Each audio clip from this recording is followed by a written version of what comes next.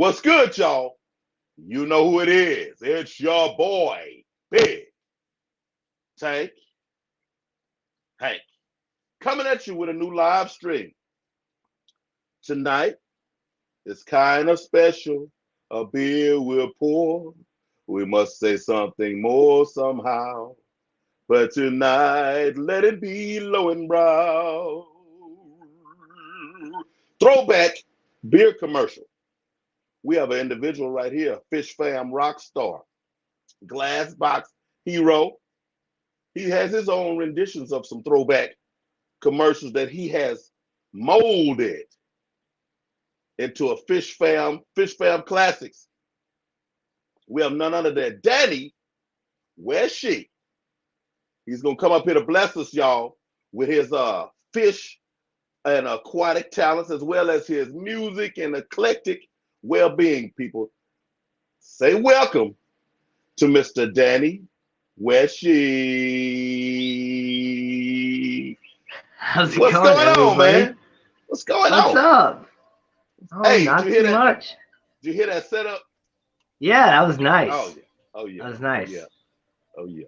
I Hey, that like was the just on little the song. fly. That was on the fly. I Yeah. wasn't even playing that. Yeah, that was cool. Hey, hey, chat. What's going on? What's going on? You see who we got here. You see who we got here. Let's see who came in the door. First, we got Glitch Aquatics.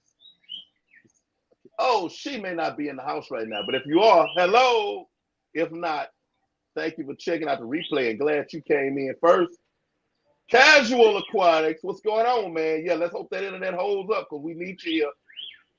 Natural Aquariums, what's going on? What's going on? Mistress Snail Guardian, Jerome. Jerome, first time I saw your name here, Jerome, what's going on? Travis Myers, what's going on? Dee Dee. Uh-oh, my chat jumped on me. Dee Dee's Fish Den, what's going on, man? New local Austin, what's up now? What's up? What's up? Did you hear we're famous? Yeah, Hank. Look, I mean, my fault. Yeah, I call you Hank. Yeah, Austin. I saw that. You know what I'm saying? They edited that down to just me and you. That's what I'm talking about. That's what I'm talking about. Fish Fam celebrities, we in the house. Jeffrey Watts, what's going on? Hey, Jeffrey Watts, y'all, right there. That's the next coming.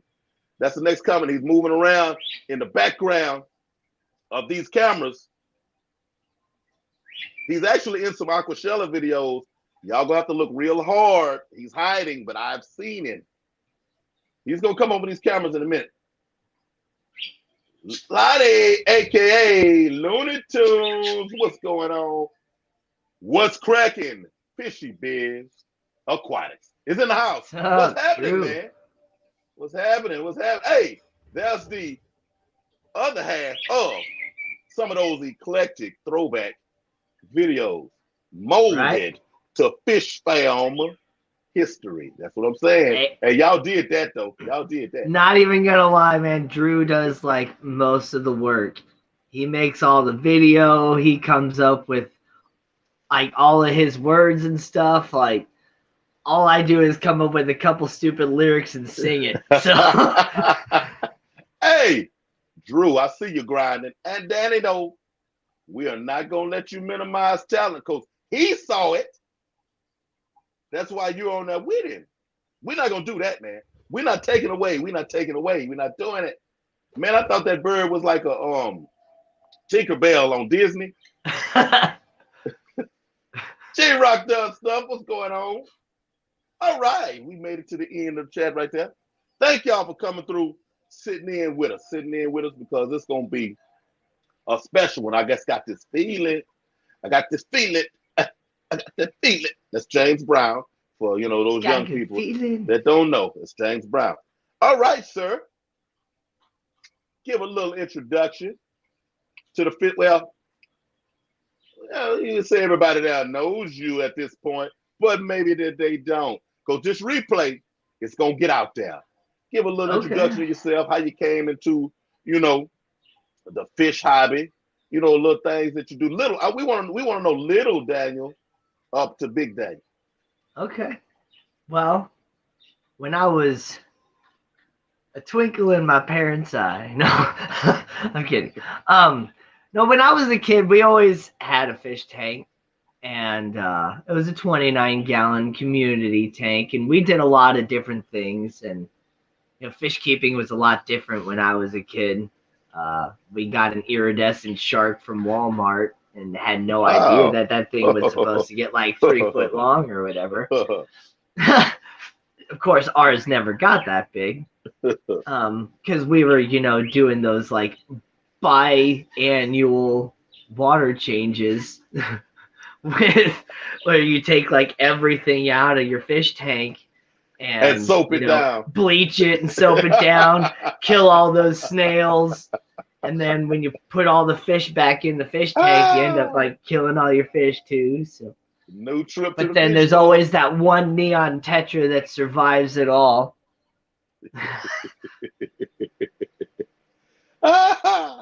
But then, like, as I got older and moved out, I was kind of moving around a lot with the Army and different things. I was in apartments with different roommates and stuff, too. I was even engaged for a while with an apartment there. And so I was kind of moving around. I didn't really think setting up a fish tank was any good because, I was always kind of on the move, or at least I felt like I was on the move. But then I bought a house a couple years ago, and then within a couple months of buying the house, I set up a fish tank, and the house I bought had a pond already in the backyard, so I ended up, getting a couple koi that I didn't necessarily plan on getting. I was just at the pet store that I ended up now working at, and just grabbed a couple koi because they're like, oh yeah, they'll survive winter, and this was in like November when I bought them or something like that, of like 2 years ago. And one died in the pond. I'm like, oh no, what's going wrong? And so I, took them inside and put them in this little 10-gallon tank that I had, and I put water in, and I put an air stone in there, and then the other two that I had ended up dying too. And so I'm like, what went wrong? Like, I don't get it. And so I was like, whatever, like, I'm just not going to get koi right now. And so then I ended up getting like a betta fish, and I bought one of those like little bitty, like, easy clean things that's like 0.7 gallons, but that's like the entire thing. The fish is actually in like 0.3 gallons worth of water. And it was just nasty and gross. And so I'm like, why do I have him in this little thing? So then I set up like the entire 10-gallon, and I got a filter, and I started watching like YouTube videos and stuff, and kind of actually learning how to properly keep a fish, and realizing all the mistakes that I made about cycling a tank and everything else. And then a year later, after watching so many videos, I ended up like, answering so many people's questions to where I'm just like, well, now I'm going to create my own YouTube channel.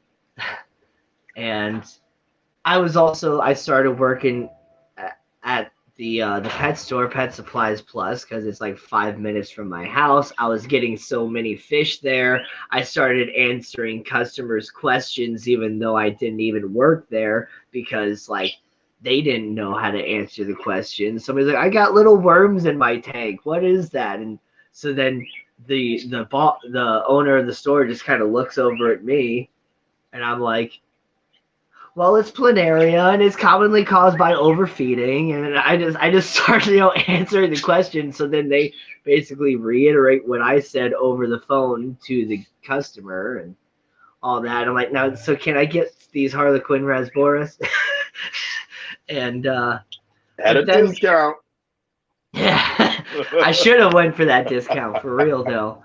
But then I just ended up working at the store. They just like offered me a position. I started as the assistant manager, and I thought it was pretty cool at first, but I didn't get very good training, and now here I am a year later. I got demoted a couple months into it. I'm just barely making it by working at this pet store, and I just need to get my way out of it, even though I love what I do for the most part. Like, I love talking to customers and helping them with their fish problems, helping people with their first fish tank, picking out fish, telling them about what keeping this fish is like and all that stuff. I love doing that, but honestly, I don't make enough money working there. And my boss basically hates me or is jealous of me or something to where she just won't let me actually, Be great. be myself. Like, hi, buddy. so, so like recently, I was doing like betta water changes, and we have this like little betta fish that is in the office in like a bigger bowl because he's got one of those like wiggle problems where his like lower half is like down and he basically swims vertical. So we've been trying to kind of heal him up, but we basically already took him out of the system, and he's like our store mascot, Lord Wigglesworth. And Ah, so when I did the water change on him, there was some algae growth in the bowl, and we have like one of those like lucky bamboo things sticking out the top. So I did like a 100% water change on his thing, but I intentionally left the algae because it's beneficial in its own way. And so we're trying to heal him up too. So I left the algae. I added a little bit of salt and stuff. He's just flying around right now. So I was like, trying to help. And then a couple days later, or I guess the next day, um, all of a sudden my assistant manager comes up to me and he's like, "Did you change Mr. Wigglesworth's water when you did the better water changes?" I'm like, "Yeah." He's like, "His water's yellow." I'm like, "It's yellow? What do you mean?" And so I go into the office and I look at it, and I pick it up and I look at it straight on from like the front viewing panel because it's one of those like half-gallon like round bowls that's flat on the sides, and it's like the water is clear as day, but when you look at the side angle where there's the algae growth on the sides, it does kind of look a little bit yellow. So I just explain exactly what I said to you about how I left the algae intentionally because it's beneficial, and then like, well, you shouldn't clean the algae, and there's not the Pet Supplies Plus way, and all this other stuff. And it's just like, I'm just trying to help the fish. So whatever. If you're just gonna make a huge big deal about this fish that's in the office that nobody sees anyway, it's away from customers. Like, it's not a big deal, but you want to make it a big deal. Okay, whatever. Had to have like a whole conversation about it. that's I need to that's get out crazy. of this place for real. Oh, yes, I But agree. man, like, even though I don't like the Petco or definitely not the PetSmart in the area, like I almost just want to check them out just so I can be like, you're gonna hate it when I go down to the Petco and all your customers start coming to me because their fish tanks start being awesome. Hey, you can make the difference. Yeah. I've noticed you talking about Pet Supplies Plus, Petco, PetSmart. We just did a whole commercial for them, but I'm gonna stop right there. Yeah. In the area that I live, man, when I first dropped in, Pet Supplies Plus, oh, the tank area was atrocious. Atrocious, man. Atrocious. Mm-hmm. So I'm going and asking, hey, who's the fish manager? What we got going on here? What's happening? Mind you, I wasn't. I had ruptured my Achilles. You know, how I got into the fish fam. You know, I'm just trying to get started. Something to keep me focused so I don't be depressed sitting at the house. You know, so I'm asking, but I've been already been in fish for a lot of years, so I knew a little bit. You know, I'm like, hey, you guys, y'all gonna need to do better about this. You know, it's crazy. So, needless to say, seemingly they ignored me. So then I started going to PetSmart and somewhere else down the road. Come back a few months later, the tanks, it was like night and day. Night and day. Somebody had hired somebody, that came in and took over, and they turned that whole fish reputation there around, dude. All it takes is for you to show up and say that's what you're gonna do, and turn it around. The Petco that I used to go to, no, PetSmart that I used to go to, they're in that position now where their fish area is like, for real, y'all come in every day and you see this and you think that this is, you know, I'm surprised they're even still open. It's Yeah. that bad. It's that bad. I All mean, it I takes bought is one fish from Petco and it killed an entire tank on me. So, oh but man. I've never had to quarantine my fish that I've bought from this Pet Supplies Plus. And so it's like, even if I do stop working there, if I want fish and I can get them locally, I'm still going to go there for fish because they have Yeah. really good, they do a good job. The staff, we have a pretty decent staff and they do a good job. Logan is awesome at, keeping those fish tanks. We have pretty good sources with vendors too. So that helps. But, Most definitely. sometimes we get bad fish in and so we got to bring them to the back into quarantine and, do the best we can back there. But I'm also, kind of starting my own little business too. I have my little business card and I'm, putting myself out there, or I'm already kind of handing out some of my card to a couple customers. Um, you know, not letting my boss see myself do it, but if anybody's talking about ponds or whatever, like I'm putting myself out there because I'm wanting to like install ponds for people, do like fish tank installation, maintenance, all that sort of stuff. And there are, plenty of areas of St. Louis that have relatively fortunate people that live in really nice houses and they might want a really nice fish tank but not want to do any work on it. So hey, I gotta start kind of getting myself out there and saying things until I start getting those phone calls. But my brother-in-law has his um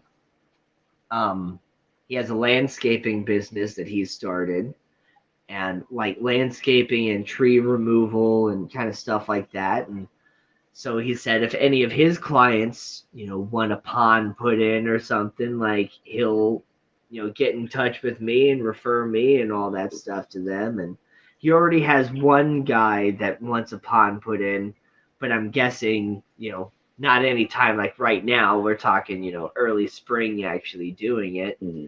So I already kind of got that in the works. But that's one.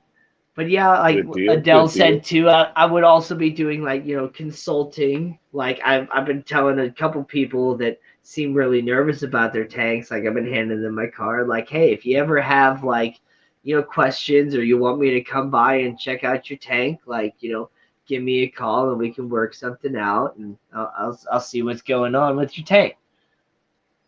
Most Because I definitely. mean, Hey, that's there's lots of wonderful. people Wonderful. that come into the store and they have a question and it's just like, what's killing my fish? And it's just like, I can test your water and I can see if there's this or that in there, but really I can't know. You can describe to me all these things, but there's some things that I just can't really know unless I was like actually looking at your tank. And several months ago I didn't really have this in mind, but there was one person that's like, well, can you come look at my tank? And I was just like, I don't really know, because I was kind of new to my job still. This was like probably like 9, 10 months ago, and so it's just like I didn't want to do any sort of like outside work while I'm in my uniform and stuff. I didn't want to get in trouble, you know. That's why you need to keep another shirt in your car. Yeah. Because you would be providing a service that the place you work at don't. Yeah. So it wouldn't be a conflict of interest at all. If anything, you would be keeping a customer in the hobby that will continue to come to the store that you work at to buy fish and supplies. Right. And that's the way I'm kind of looking at it now versus what I was looking at it, you know, 9, 10 months ago when I actually had the conversation. I've had several different conversations with these customers, and they've given me all these different ideas. Because one guy has like I don't know, like a 500, 700 gallon pond, and he was asking me about how do I get rid of this algae and other sorts of stuff. And then he asked me, he's like, do you do pond maintenance? I was like, who? Like me personally? He's like, yeah. I was like, no, not really. I mean, like, I could. Like, it's not a bad idea, but I'm sure there's people out there. Just like check Craigslist and stuff. I'm sure there's somebody out there. And it's just like that could be me out there, making money doing pond maintenance. So now that's what I'm trying to do. Hey, that sounds good to me. Because I wish I could do something in the hobby, man, that just, wow, this is my thing. And let me parlay this into, you know what I'm saying, to bigger and better, better fish, by the way. Bigger Mm-hmm. and better things, man. You know what I'm saying? I had Mm-hmm. to plug my one of my favorite fish right there. Sorry, Oh y'all, yeah, yeah. for slipping that Yeah, in. speaking of But plugging favorite fish, my fish is better than your fish. you see it, You can you get this see it shirt on Teespring. already. Man, y'all gonna make me get a Teespring, man. Hey, it's free to do it, and then you just have to pay like the actual base price for yourself to like order samples and stuff. But then you can set like the profit margin, so you can decide to like crazily rank up your profits and make like 100% profits by charging like $50 for a t-shirt.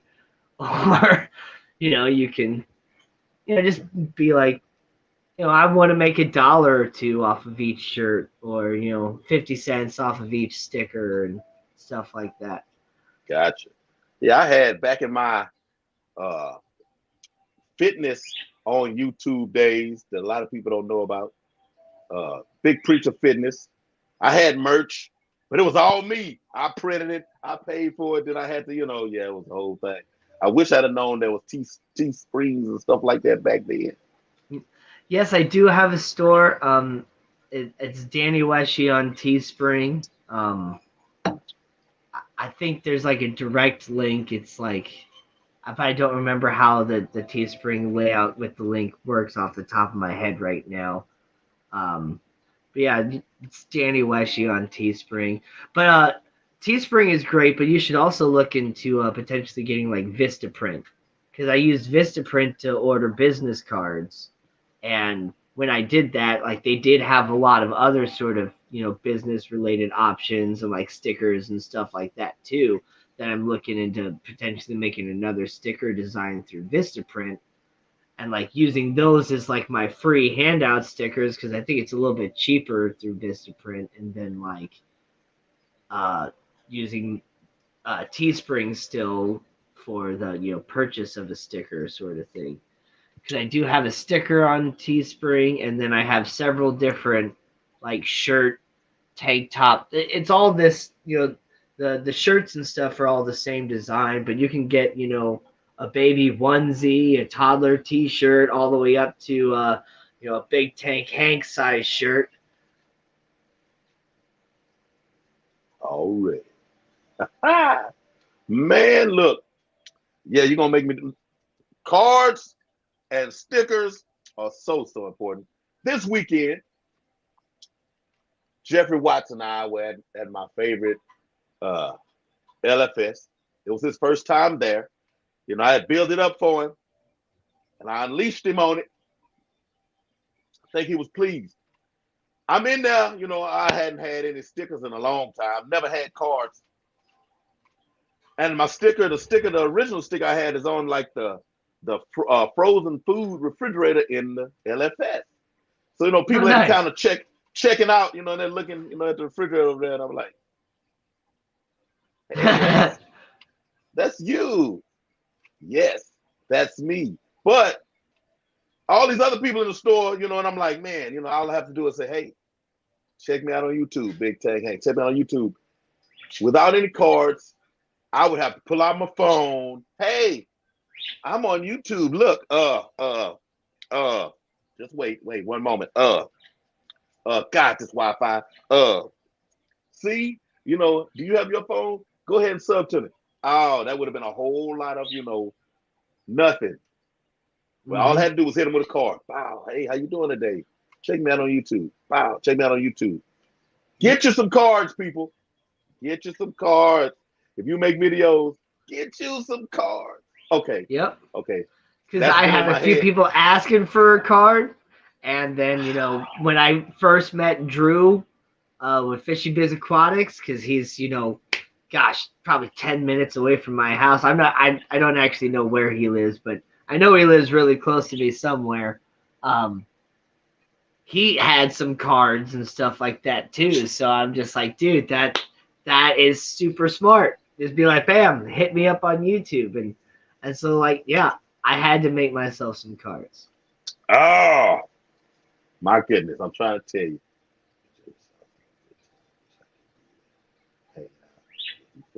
Yeah, natural aquariums, man. When I tell you, it was off the hook. Now, reason we were there, I had my second better to win a competition. There was a Facebook banner competition for a Facebook club, and this month it was better. So I sent a picture of my fish, and he won, and I got a $30 credit at my store. So I was going to cash in, you know. So, and it's nothing better to show up to your LFS dealing with free money. You know what I'm saying? Yeah. So yeah, that made it that much more fun. Melvin, what's going on? Let me go over into this chat because we got a lot of people that fell in the door. Collaboration of curiosities, crystals, pets and plants. Yeah. Melvin Reeve. We got some more up there. I know I saw you. Only Oscars. Minister Brandon. Keith Hanshaw. Sorry I missed y'all. Sorry. Ricky De Hoyos. Hey, Ricky, man, I should have hit you up. If I'd thought about it, I should have hit you up, man. It was kind of impromptu. You would have loved it. I'm on vacation right now, so I'm definitely going to have to hit you up. We can go. I'm off to the 12th. Nice. Right, Off till 12. Hell yeah. man, I hadn't had a vacation in so long. Jack and Dan in the house. What's going on? I hadn't had a vacation in so long, man. What's up, Jack and Dan? When I tell you getting used to it, man, look. Hey, I was telling you about, me being a minister. Oh, Bobo, shut it up, Bobo. Oh, I'm sorry, y'all. I'm not gonna make fun of tongue speaking, but yeah, I know why they do it. You know what I'm saying? But oh, just a little inside joke, y'all, inside joke. But but yes, no, it was a beautiful experience, and some cards would have made it so much better. Because I mean, people were just falling in, man. I was filming, and so people are looking like,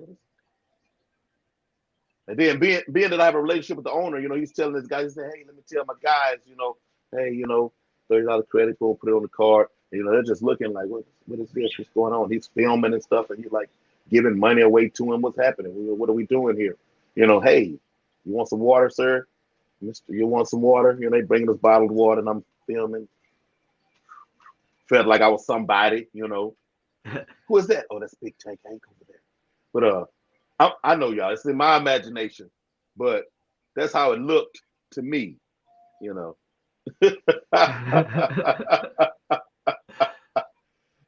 One day. You know what I'm saying? But I'm not gonna Yeah. sell you overpriced products or nothing. Let me stop. I might alienate myself. Let me not do that. Back to you, sir. Back to you. So I'm gonna start it off a little murmur, then we're gonna rev this engine up. How many Okay. tanks do you have? Oh, let's see. I believe currently I have 18 fish tanks and an indoor pond and an outdoor pond and an outdoor tub. There's no fish in the outdoor tub right now. They're inside.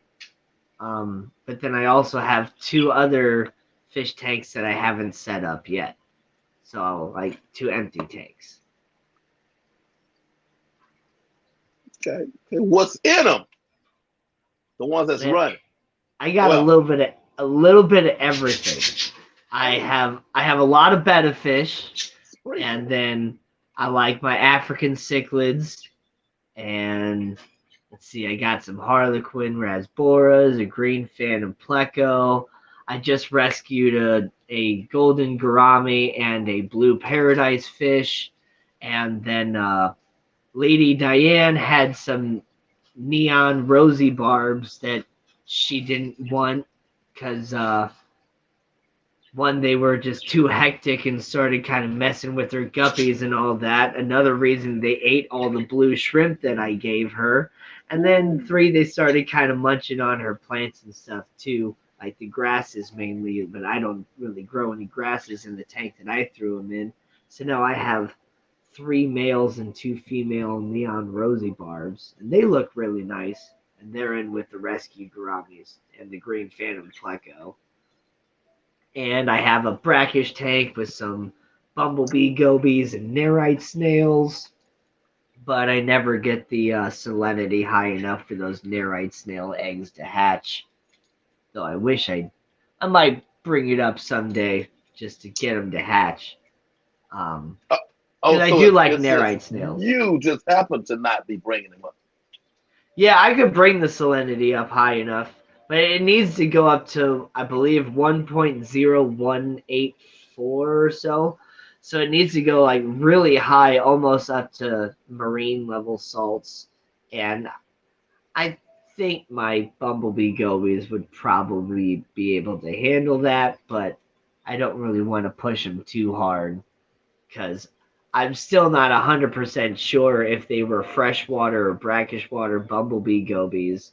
They came in at the store and they were just bumblebee gobies. There was no like real knowing if they were freshwater or brackish. So I've just put them in brackish and they've been happy, but I don't want to necessarily raise it too high on them. And then my African cichlids have also bred, so I have a bunch of babies, and I have some blue velvet shrimp that I mentioned, and then I have some wild caught gambusia, which are the mosquito fish, and I got some white cloud minnows that are in my little indoor pond.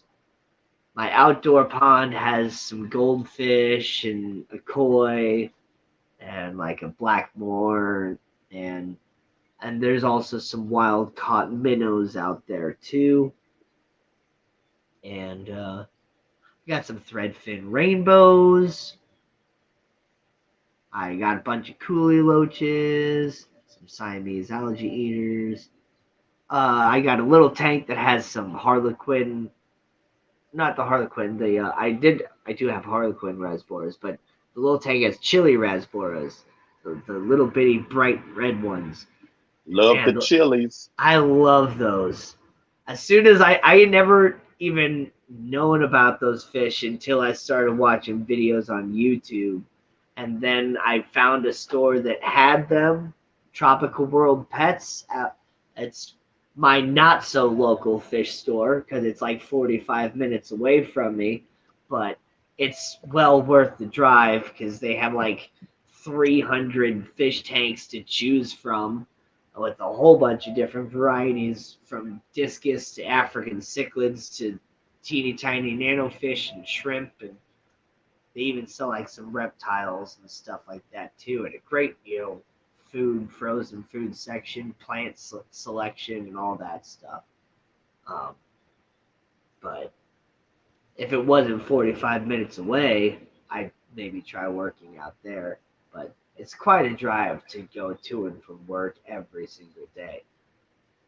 Yeah, I drive 50 minutes. Yep. So I think that's all my fish. Lots of different African cichlids, and I like my betta fish a lot. I used to have a whole betta sorority, and it just kind of fell apart. But we have so many pretty females at the store right now that I've been kind of thinking about maybe starting another one. But the tank that I would put them all in is already pretty much fully stocked with the harlequin raspberries and all the other stuff in there. So I don't think I'm gonna do that again. I I enjoyed my beta sorority when I had it, but I don't really think that's something that I need to do again. I did it once. I'm good. Yeah, they test your resilience a little bit, you know. Yep. Yep. And All then it like takes is once you one. lose one, then like the whole hierarchy is just thrown off and just all chaos breaks Yeah, loose. And that's pretty much what happened with me. yeah.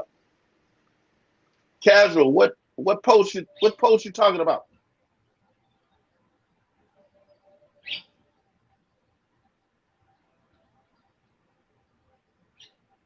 Oh, the hey no, hey, I'm fine. I'm fine with y'all, you know, with your streams and stuff getting posted on there. Hey, I'm fine.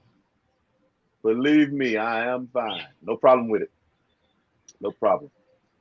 Panama City. Welcome in, sis. Welcome in. So, how many birds do you have? I have two parakeets, and I have. Well, this is Lazuli here. I got him first, and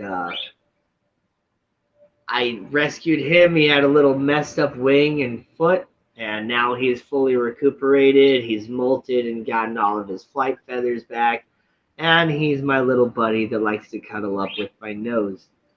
I'm gonna Um, say and spoiled.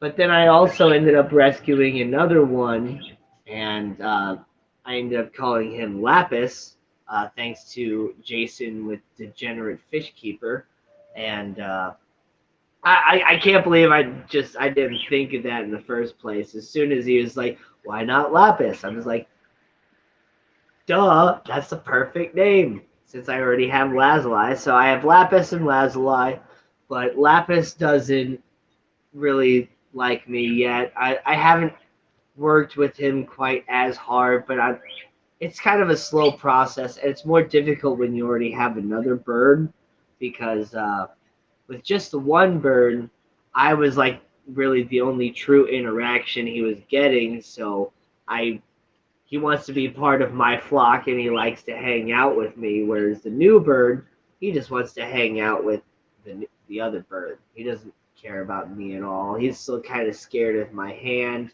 So I'm working on it, but this guy is my little buddy. He doesn't really care to hang out on my shoulder. Like if I try and put him on my shoulder, most of the time he flies away. He said your face is not there. He was like, no, I like your face. Yeah. Yeah, he really likes my face. He's funny that way. Okay, casual, I got you. I got you. Good looking, Jeff. Good looking.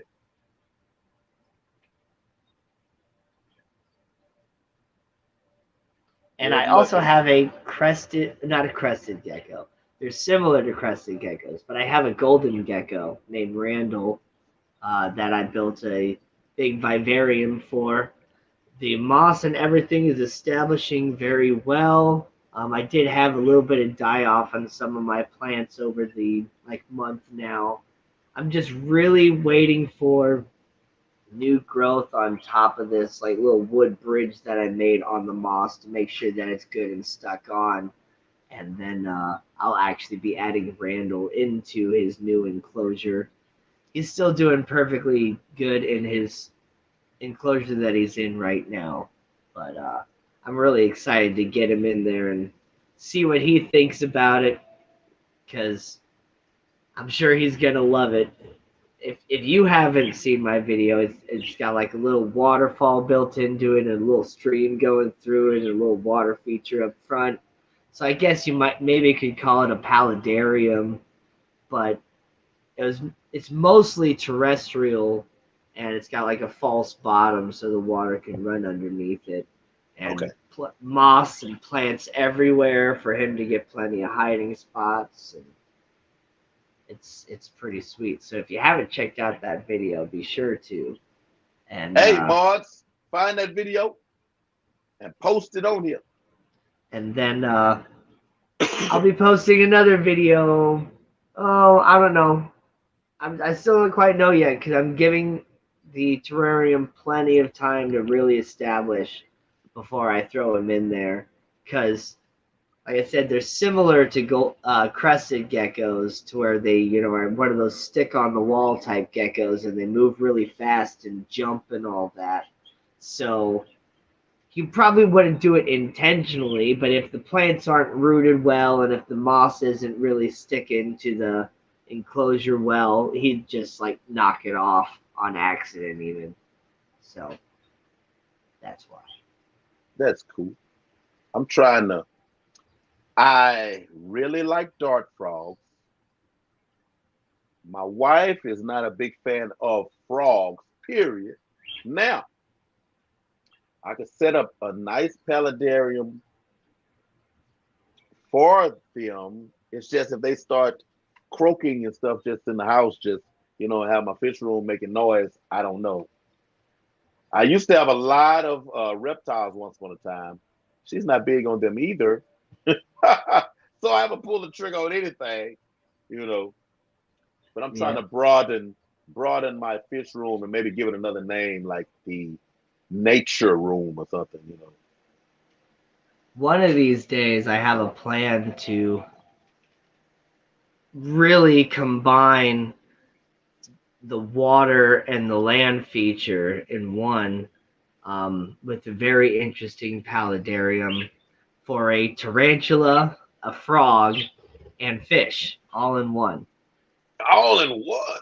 Yeah, because it's called a Colombian lesser black tarantula, and they live close to water. And there's also I believe it's called a humming frog, and they basically have this little frog as a pet. And so the frog eats the little ants and mites and things like that would mess with the tarantula and mess with the tarantula's eggs. And then the tarantula eats the larger insects that would be, messing with the toad and all that. So they it's called a mutualistic relationship. It's kind of it's a version of symbiosis, but symbiosis is just kind of living together, where mutualistic Yeah, is physical. both animals actually benefit each other through the relationship. Kind of like clowns and sea anemone. Yeah, exactly. So would you get these specific types of frogs, tarantula? Because if you just tried that, I'm Right, I pretty would get the sure. specific ones. I'd get the Okay. specific species of tarantula and frog, and then I'd probably just throw some gambusia or something in the water feature up Gotcha. front. Because yeah, casual just hit on that too. I was like, as you was telling it, I'm like, Yeah, if you just get a tarantula and a frog together, that tarantula is probably gonna eat the frog. But this specific type, they live together. yeah, fish tropic. Growing up, I've had a one representative of almost every animal that's in Texas in the house. With my mother and grandmother. And there would always be a day where I would come home and something was missing. You know, just so happens the only thing that showed up in the house, and my mother ran across it, was crawfish. The other stuff would disappear out of my room. I don't know where it went, but it wouldn't it wouldn't find its way in front of my mother, because that would be terrible. Yeah, that would have been terrible. Yeah. Yeah, it might have ended in, in me croaking. But yeah, that's another situation. Yeah. I don't think my parents ever knew that I had a pet brown recluse when I was a kid. Mm, no, man. As a pet? Yeah, well, I didn't necessarily intend on it happening, but it just sort of happened, and I don't know, like, so those gosh, they had them in the 80s and 90s, but those big like plastic football like toy chest things. Yep, I know exactly Yeah. what you're talking So I had one of those, and it had been empty for a good long time, and I opened it up, and there was like a about. little web with like a brown recluse in there, and he was like decent Ooh, size. And so I was like, huh, all right. So I called him no. Ricardo, and then I just started catching little bugs and throwing them in there. And he was a Hey, happy little dude. that was the past that is making me nervous. No, But gosh, yeah, no. can you imagine, like, gosh, I was probably like 10 years old. Ooh, clueless. Oh, oh man.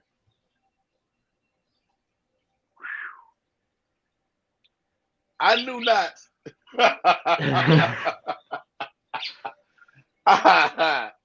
I knew not to bring certain types of things. See, I was that kid that, hey, this looks interesting. Mom, I'm getting my bicycle. I'm going to the library. It's summer. What kid is requesting to go to the library? Go ahead. And, I wasn't a kid that just was going to get in trouble. So she knew, even though the library was across town, she knew if I asked to go to the library, that's where I was going. I'm bringing books home with me. I was going to do detailed researches on whatever. So I kind of was abreast, of what could kill my whole household. No, not the brown recluse, man. I mean, I knew they were dangerous, No. but I was like, I wasn't picking it up or anything. I was just feeding it and keeping it happy so that it would, leave me alone. Oh, you never took it out of the football. Oh, no, Oh, no. okay, No, okay, eventually Ricardo died. okay, Probably just not getting enough food or something. But no, I never took it out of there. I never picked it up or nothing. I wasn't okay, that sort of kid. okay. I fed it so it would leave me alone. Okay. You know, I'm back. that I'm sort of back thing. now. Okay. Yeah, I'm back now.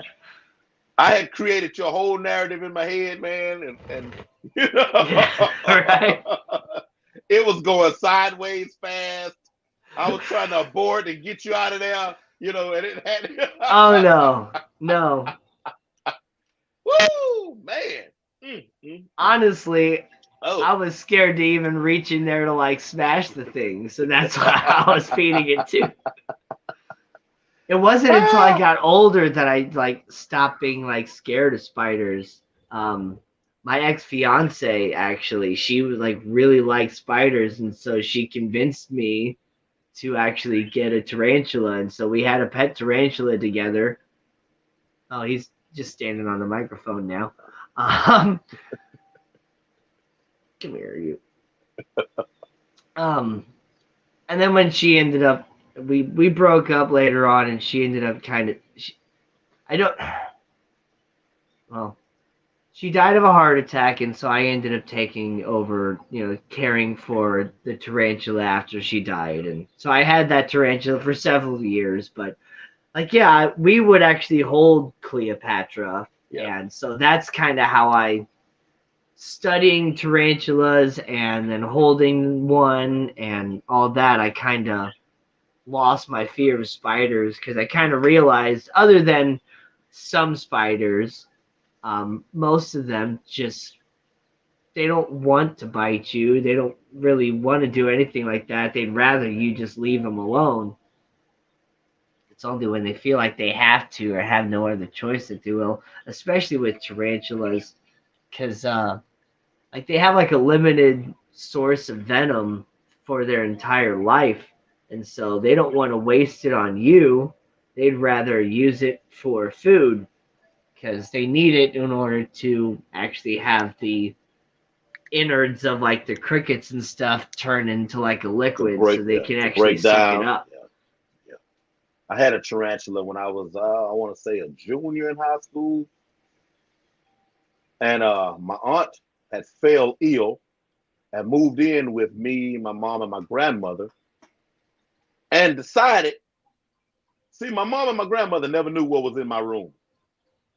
My room was like all the way in the back of the house, separated by this little hallway. You had to come from the kitchen into the hallway where there was a deep freezer, washer, dryer, into my room. They never came back there, never ventured that far. Well, my cousin had to move in the room with me. So my aunt, I don't know why she come in my room, see my toad and my tarantula, and where the tarantula had to go. I hated it with a passion, but that's what happened. I've never had one since. But I've been thinking, lately talking to George, aqua balls, I was like, man, I might set me up a terrestrial, terrarium rather than doing the whole paludarium thing. And just give me another tarantula. I like to look at it. Yeah. Thinking about that. See, I'm actually I like the arboreal tarantulas a little bit more than the terrestrial ones because then you can like really add a lot of nice plants and stuff in there and kind of give them like a little jungle scape too. See my Hello twin back there. there? That's my youngest, Cameron. She had to crash the camera. Aquafunk, what's going on? Sliding in here late. What's up, man? Oh, Renee, I posted, I pinned your post up there so I can remember to tell you. I see you lurking. You're gonna get on this camera. You're gonna be sitting in that seat, buddy. I see you. You're coming in. Don't hide. All right. But yeah, man, you sound like myself, dude. Man, look, I had some of everything. I've had caimans, monitor lizards, king snakes, crawfish, terrestrial turtles, aquatic turtles, tarantula, toad, skinks, all kinds of fish, cats, dogs, chickens.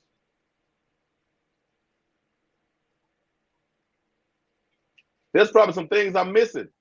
Yeah. But I mean, like, yeah, I when I was a kid too, like we would try and keep pretty much anything that we would keep or that we could catch, catch.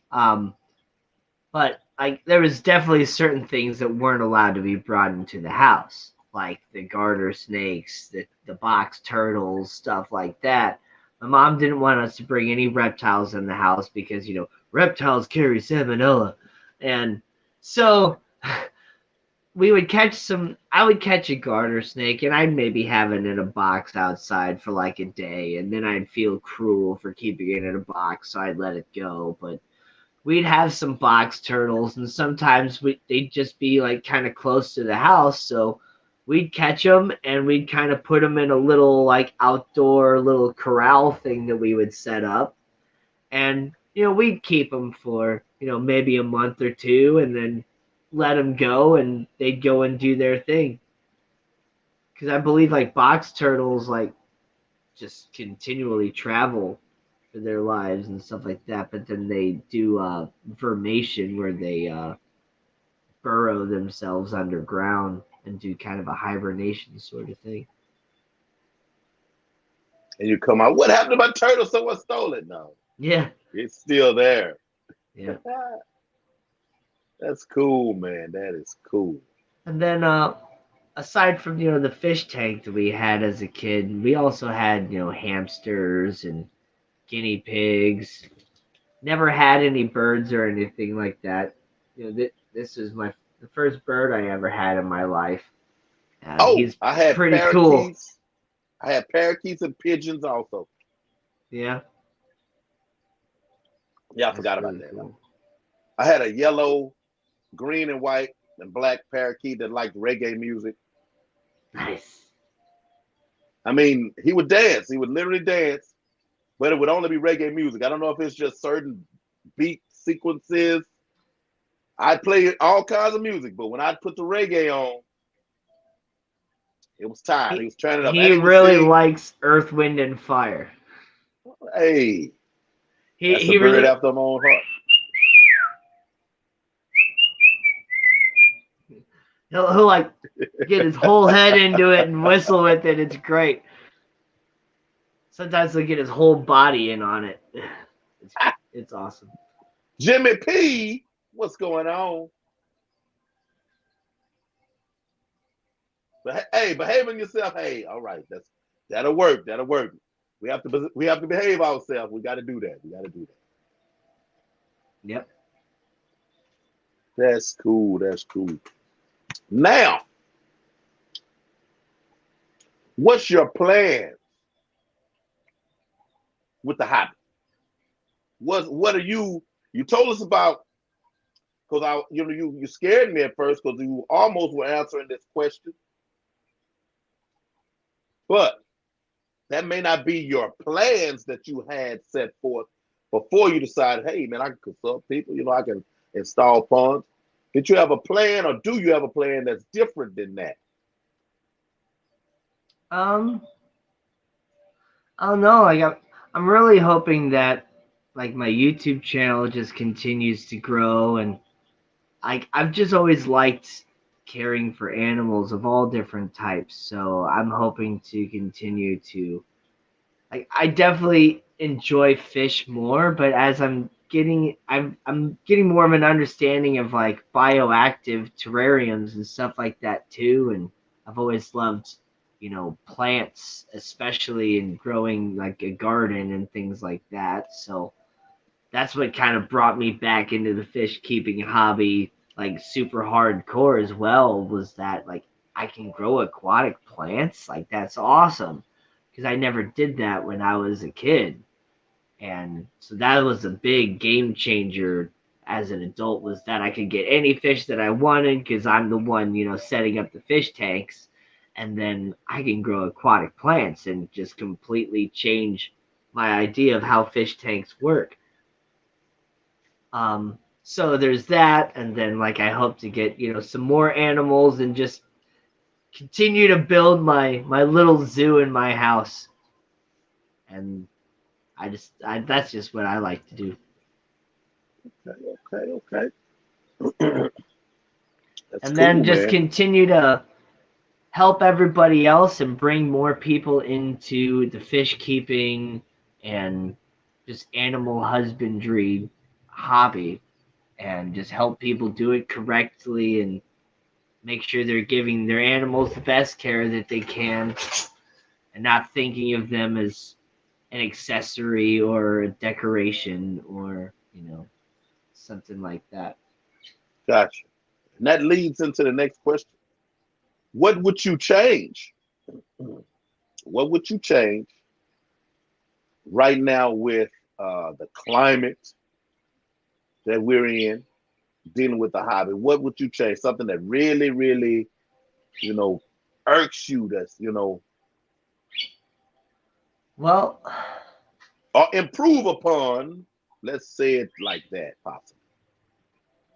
the first thing that came to my mind is just something that Dan's Fish is doing, and I love that he's doing it, is just trying to kind of eliminate all the middlemen and import fish directly and treat them and get them back up to health and then ship them directly to the hobbyist versus, having fish in transit and then sitting and then transit again and getting completely stressed out and sick. And then like I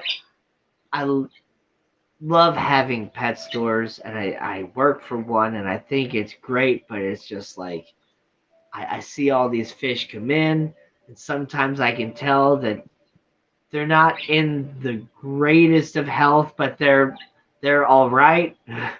And it's just like they just came in that day, and then they've been in the tanks for maybe 4 hours, and I'm already scooping them up and selling them to a customer that came in and saw that pretty fish. And sometimes I buy it myself right away like that too. And that's just kind of how it is sometimes. And I just wish there was a better way to get healthier fish presented right in front of these people in a pet store. Yeah, I got you. I got you. Yeah, I have a few.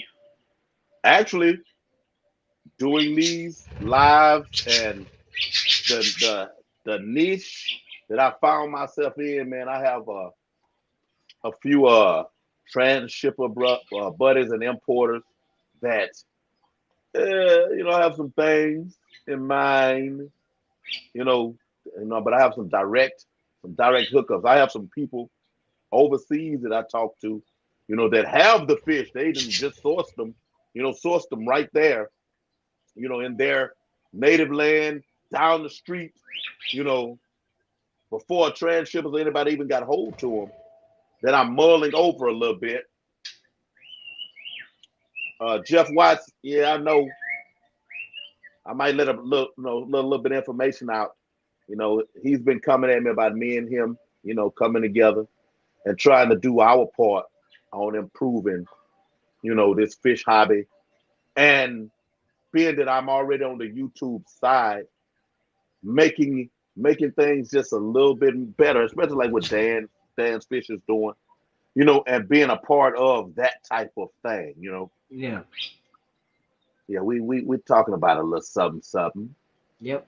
And I was kind of talking to my family about it a little bit the other day about how I was kind of thinking about putting in an application for Dan's Fish because I know he's been looking for people for some different positions and stuff. And it's just like it would be quite a lot to uproot my entire life here in St. Louis to move out to Montana or Wyoming, or I'm not exactly sure where I would have to be to work for Dan's Fish, but I know I'd have to at least be close. Yeah, it'd be a lot to go out there, and I know like he's a startup company and all that too, so it's just like would the pay be worth it? Would all this be worth it? And so I guess I'm still really, really thinking about it too, because I guess it never hurts to get the conversation going, and I We just kind of keep putting it off versus we actually spoke on just. that spoke on that in the green room. Yep. Yeah, we spoke about Ah, that a little bit before the stream. hey, How you and I, hey, yeah, we just we keep kind of putting it off grab it. versus just reaching out and grabbing it, and Because if you he's know. putting it out there, he And knows something. I even mentioned something like he put out a post about I'm looking for somebody for this position, and I left a comment about how it's like I've been watching you for a while. I really love what you're doing. Like, be ready to get my application. And he actually replied and says, I'm looking forward to getting your application, Danny. And so it's just like, I really need to get my resume in order and send it to him with the cover letter like he asked. I just need to do it. Yes, sir. I think that's some confirmation right there. That's all I'm gonna say. Yep. And I heard it come out of your mouth. You're speaking it. Yep. Yeah, I I'm just not need to putting it do on it. you. Yeah, I'm not putting it on you. You spoke it. Yep. I just need to do it. And that's probably what I'll do tomorrow as well. I'm going to drive around and I'm going to kind of see who's hiring, at least try and get myself into maybe a better environment for the short term. And then I'm going to get my resume and everything in order and send it off to Dan's Fish. All I'm gonna say is Candy Overhaul. Yep. Yep.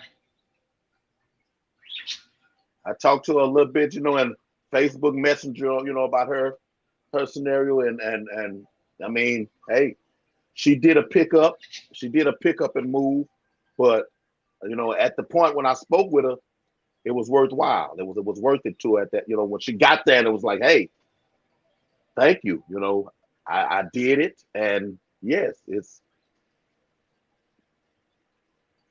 Yep.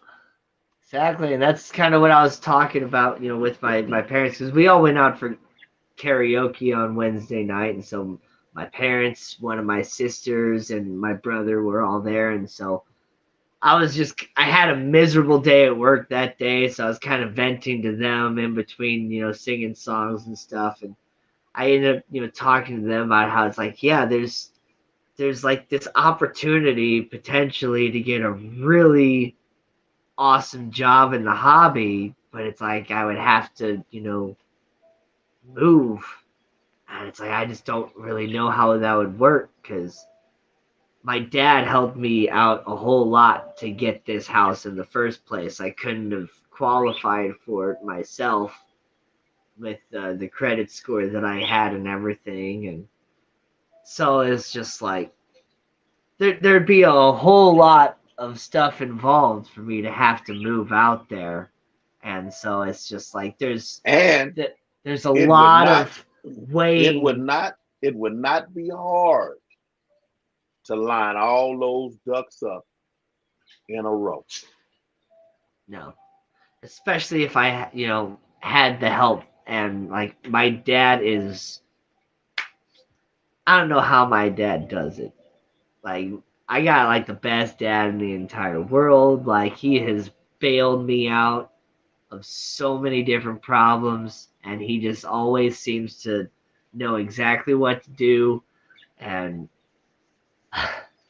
and his dad, who's no longer with us, man, like my grandfather was the absolute greatest man. And so, like, yeah, Salute, I salute have your the help father. that I need. Yeah, Yeah, salute your father because we fathers like to hear stuff like that. yeah, Salute, I'm saluting him. I'm saluting him. And guess what? All he wants you to do is keep moving forward. right. That's all. So, a couple of shirts advertising maintenance biz. Oh, so yeah, I haven't made any shirts advertising my maintenance thing yet, but that's you saw the front of the shirt. There is the back of the shirt as well. I'm not sure how good it's coming through because like Yeah, I we can can't see it. see my Daniel Wesche back. But Aquascaping and Design on YouTube. yeah, yeah, there you go. So I got that, but yeah, I should make a couple more designs, stuff like that. But I'm trying to wear this shirt out and about. But yeah, it kind of sucks right now because as it's getting into winter, because I'm wearing a jacket over my shirt anytime I'm out and about. That's where those And cards man, and stickers come in. it's getting cold here in St. Louis fast because like apparently next week it's supposed to be in the 20s already. We we So practicing on it down here. Of course, it's Texas, but it's been in the 40s. In the 40s, early morning here. I'm yeah, like, okay, yeah, it's on its way. It's on its way. I woke up at like about 10:30 this morning and it was 37 degrees outside, but I was watching the Aquatic Morning Show. It's like, man, we're just skipping fall this year and jumping straight into winter.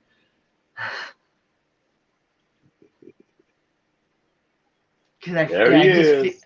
I feel like just a few weeks ago it was still like 70, 80 degrees outside. What's good, James? Thank you for coming through. What's good? James Guy. Triple exclamation point. Y'all go check James out. James has a stream daily, evening stream, where he grows channels. He shows love. Everybody, each one, reach one is the way we can call it over there on his channel. James Guy. Remember that name.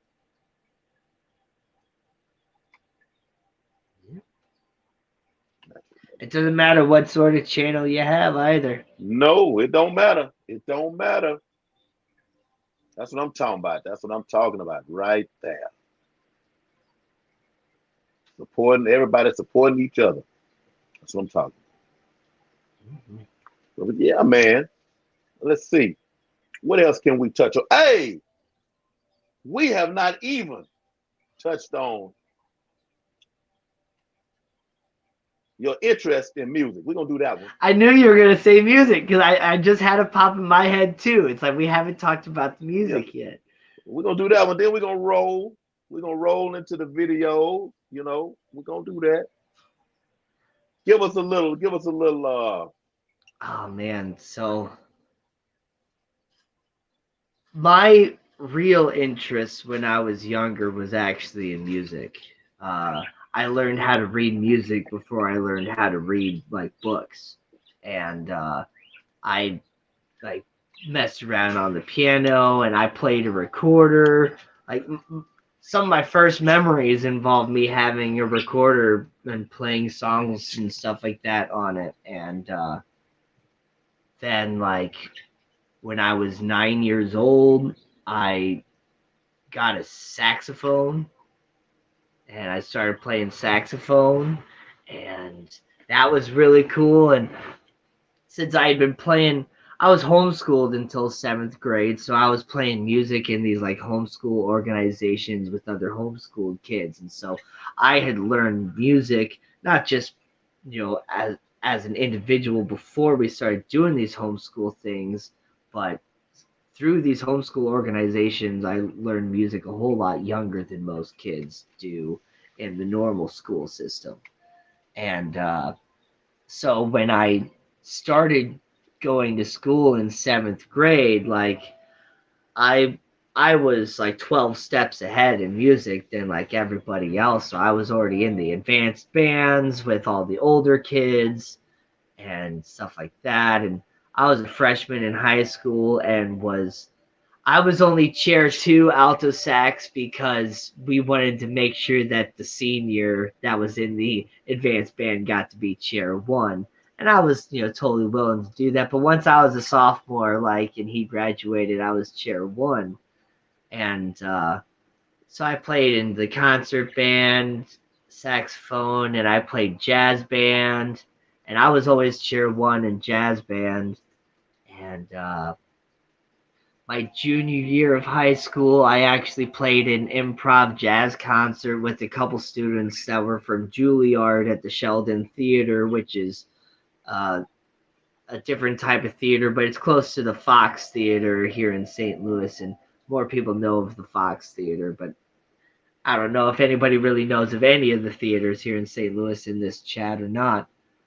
But so I did that, and when I was 16, during all this, I convinced my parents to buy me an electric guitar set for $200 for Christmas. So I got a little electric guitar and some headphones and a little bitty amplifier, and I bought myself a tab book for System of a Down's Mesmerize and Hypnotize album combined. And so the very first song I learned how to play on guitar was BYOB by System of a Down. And I learned that pretty quick. I just pretty much skipped over all the learning of chords and things like that. And I just started learning songs right away, and then just started learning more and more songs by ear. And I had this whole goal in mind that I was going to try and get into Juilliard myself, but then I kind of changed my mind about Juilliard, but then I still wanted to maybe go into college for music, but then talking to a lot of different professional musicians and stuff like that, it just seems like there was a whole lot more involved with it that I didn't really want to necessarily get into. So I just kind of eventually moved away from those dreams.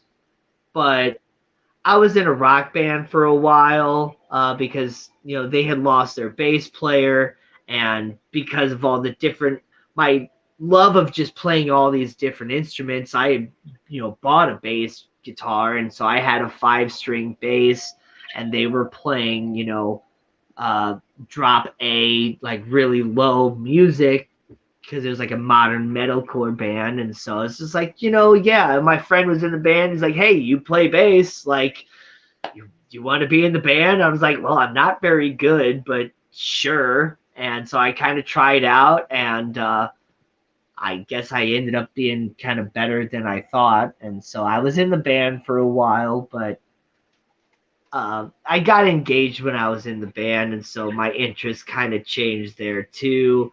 I Yeah, that'll do it. wasn't doing super well financially, and so like I was putting more focus on myself and my relationship and keeping my apartment and all that versus investing all my money into the band. So there was a little bit of that, a little bit of just disagreements as far as artists go, to where they just kind of eventually, like, I was just at practice one day and they're like, so we came together as a band and we decided that it'd be best to kind of move on without you. It's like, okay, sure, whatever, bye. And so that was that.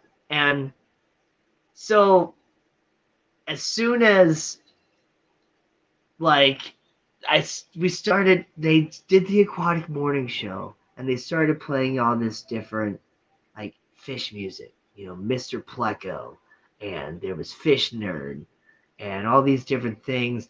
And I started kind of getting involved with the YouTube streams and things like that. And then it was on Terry's Tropical Tanks that I was just chatting with him on a live stream, and he was talking about like making like his own parody song because he was inspired by Foxy Fish's Snails, and doing, Glassbox Hero as a parody of Jukebox Hero. And I'm just like, dude, that is a fantastic idea.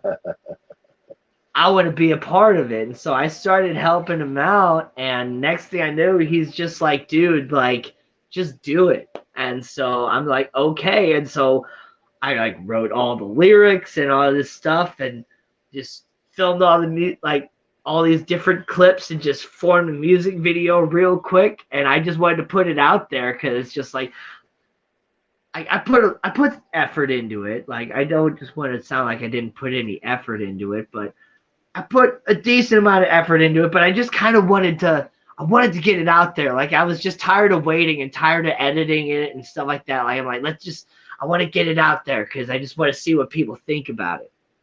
And so I put it out there, and people just loved it. And so I'm just like, yes, I'm just going to keep writing parody songs now. Because, I mean, I love singing. I go out to karaoke all the time.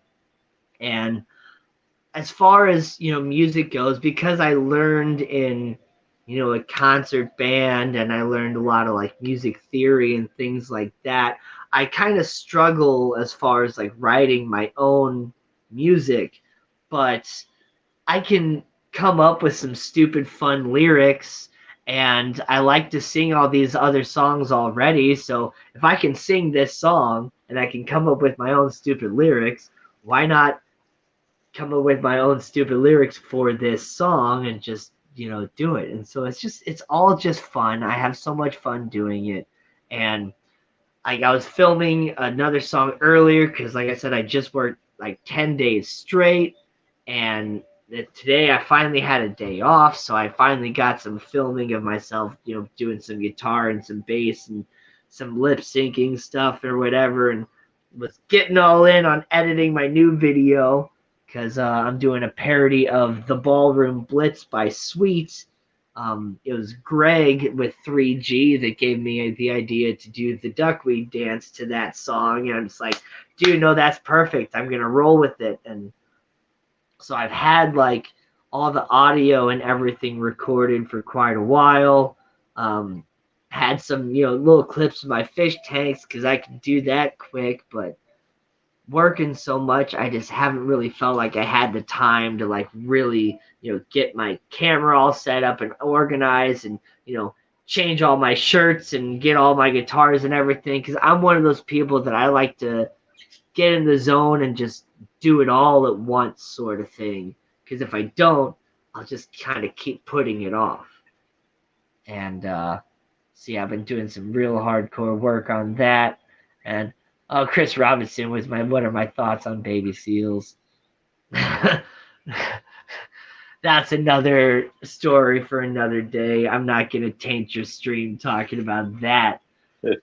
But I got some other ideas for some songs that people have been kind of throwing at me, and I haven't quite gotten the zone for them yet, but I think it was Adele that told me to do like old time fish in a bowl instead of old time rock and roll. But I want to do stop putting goldfish in a bowl and just make it like a lesson about like, tank sizes and stuff like that. So I got that one in mind, and I'm not a huge Alice in Chains fan, but there's the song Man in a Box, so I'm thinking about doing, Fish in a Box to that one. And there's the song Titanium by David Guetta that has Sia as the singer, so I'm thinking about doing Aquarium for that. And maybe using some of my old clips from my virtual tour of the St. Louis Aquarium and just, it's an aquarium, stuff like that too. And then, Stephen P 2003, he came in earlier and said he's going to have to watch the replay. But man, that guy, he's got some skills. Like, he likes to downplay his skills and all that a lot too. He's got some skills for real when it comes to original songs. He's really good at editing and all that. But he recently came out with his rap about his live bearer mosh pit. Explicit lyrics, so I'm sorry, children, if you're watching, you can't really listen to it without your parents' permission. But that's a really good rap, and he did a really awesome job with it. And so it's like now, like, I want to do a rap song or whatever. So I'm thinking about a couple of them. I'm not gonna disclose exactly which one I'm really leaning towards right now, though. If you were part of I don't remember whose stream it was a week ago or so, but I was kind of talking about it a couple days ago at least, and I might do that one. But yeah, I'm gonna have fun with it as I continue to put out my other like build videos and different things about different knowledge that I learned. I'm just gonna keep throwing out little parody songs and stuff too, because it's fun. And I've always loved Weird Al too. Weird Al is just hilarious, and he's the parody master, man. Yeah, and I was gonna say, I'm thinking that maybe, I'm up in age a little bit, so, I when Weird Al was really doing it, I was just at the right age to be able to take in exactly what it is, Oh yeah. And the way that you put yours together, man, in the videos, it gets a different respect when we know it's a parody, but you put the time in and you make it look like, hey, not necessarily, guys, you already know there's a parody, like it's a real song that, I mean, you know what I'm saying? You make it, you put the effort into it to make it like it's its own thing, but it's the original, but it's not the Right. original. You know what I'm saying? Well, like I was kind of when I brought up Weird Al, like I try to learn a lot from what he did, as far as really trying, even though like I'm actually purchasing backing tracks from a karaoke website, like I'm not recording the music part myself, though on my most recent video I did add a couple musical things myself, so you'll have to listen closely to hear some of the differences between the ballroom blitz and the duckweed dance when it comes out. But as I get a better computer and I accumulate more sort of like recording equipment, I do eventually plan to not only do original music, but do some like better parodies as far as like kind of what he does with Frog Leap Studios. Leo Morcelli is doing like heavy metal parodies or heavy metal covers of some songs, and doing my own twists of songs too, versus just trying to emulate what other people have already done. But I do have a lot of fun trying to emulate a character, because I have a lot of background in acting and theater and Shakespeare and stuff like that too. So my whole life is just revolves around trying to be on the right sort of stage and never really making it. So I'm trying real good here to maybe at least hit that 1,000 subscribers on YouTube and make it a little bit here. Hey, this is the time. You're an adult. You've learned from youthful transgression. You know how much energy you need to put in. You know the work that needs to be put in. Because all these talents that you have, man, it's heck, the door is wide open. Yeah. It's wide open. But hey, believe you have when you get to a certain level, people will pump you up falsely. But since you're at the ground floor of this, and especially the fish fam, you have a perfect spot where people are being honest. You know what I'm saying? You're not just like out in the public throwing this out and what I'm saying, hey, what do you guys think? You got a whole group of people here where we're being honest, you know what I'm saying? Mm-hmm. Believe it. Believe it. Not hype. Not hype. And you grew up with those talents. You know you have them. You know what I'm saying? Hey, it's wide open, man. Go get it. Yep. Go get it. They ask me why I don't wear a watch at work, and I tell them time don't exist, right? I get tired. I do all that like everybody else. And I know the body has its own inner clock. Hey, you need to lay it down. You need to this, you need to that. But if you add a little coffee or if you pace yourself, Oh, coffee. sometimes, sometimes I'm on this stream over 24 hours. When I hit the stream, I've been awake more than 24 hours. Not today because I'm on vacation, but most of the time before my schedule changed, I would work on Fridays and I work night shift. I would be awake well over 24 hours. I wasn't taking a nap at that point, coming straight into this stream and going for it. You got all of the time that you need. It's just what do we prioritize? Yep. We have a whole lot of crap.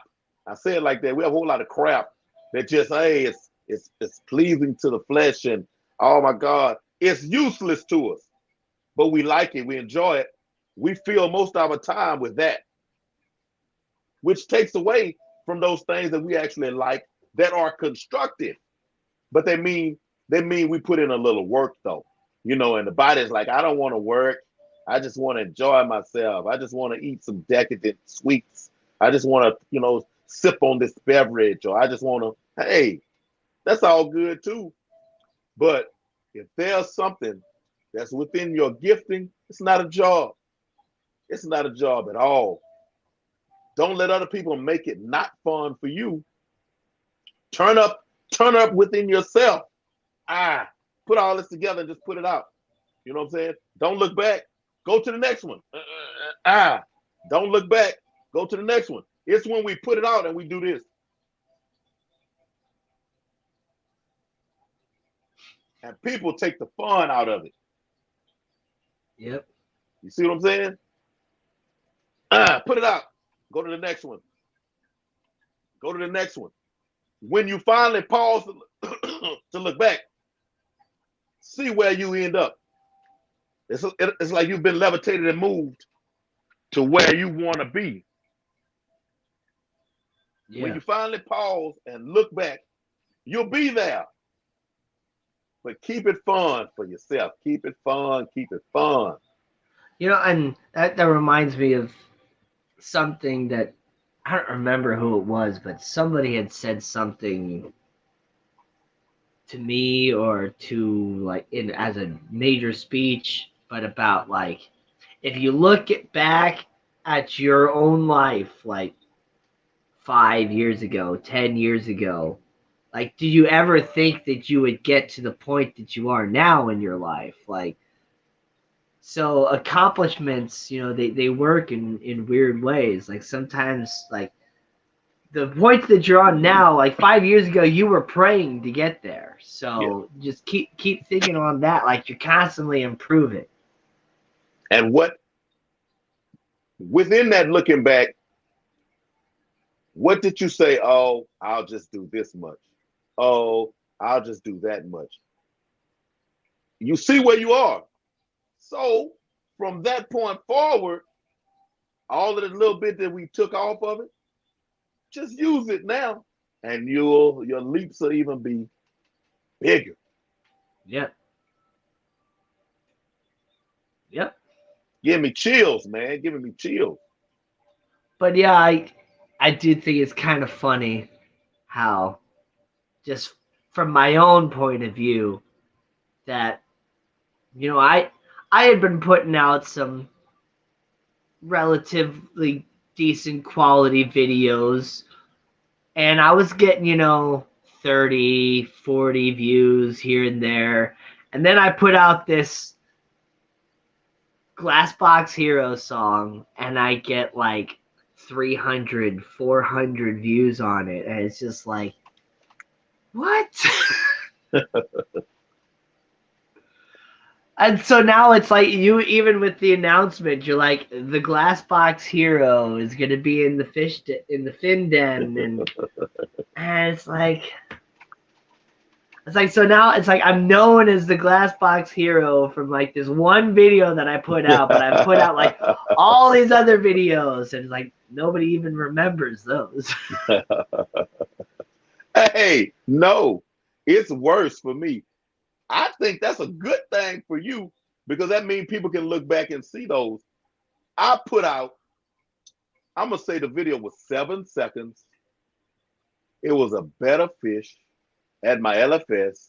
I didn't say anything. I just say, hey, man, that's a good looking fish. 7 seconds. 200,000 views. I haven't come close to that on anything else. That one 7-second video. You see what I'm saying? Yep. So I look back, you know, I'm like, man. Sometimes that's all it takes. Because, I mean, I've seen so many different little shorts pop up, like, most beautiful betta fish. Most of the time they're from, like, Thailand or, you know, one of those countries that, you know, doesn't speak English, but you can tell they're trying, like, most beautiful betta fish, and they're just filming, like, a 5-second clip of a betta fish just doing its little dance. And that's all it is. And it has like 300,000 views on it. It's crazy. And I have like one video that I just took a quick little pan of my tank real quick. And I was mainly trying to get an image of the Harlequin rasboras swimming through it. And I just titled it Harlequin rasboras are beautiful in a planted tank. And gosh, it was like a 15-second clip, And I posted it not too long ago, and it's already up to like 1,500 views or something like that. So it's just like, wow.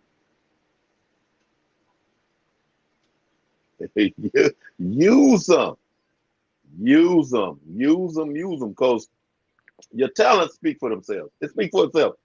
Sometimes, let me see, who was it? Somebody actually, uh, Veteran Aquatics. He asked me about that video. He was like, man, this was before, he had his explosion. Man, with 7-second video, it was at 100,000 or something views at the time. Man, what did you say, man?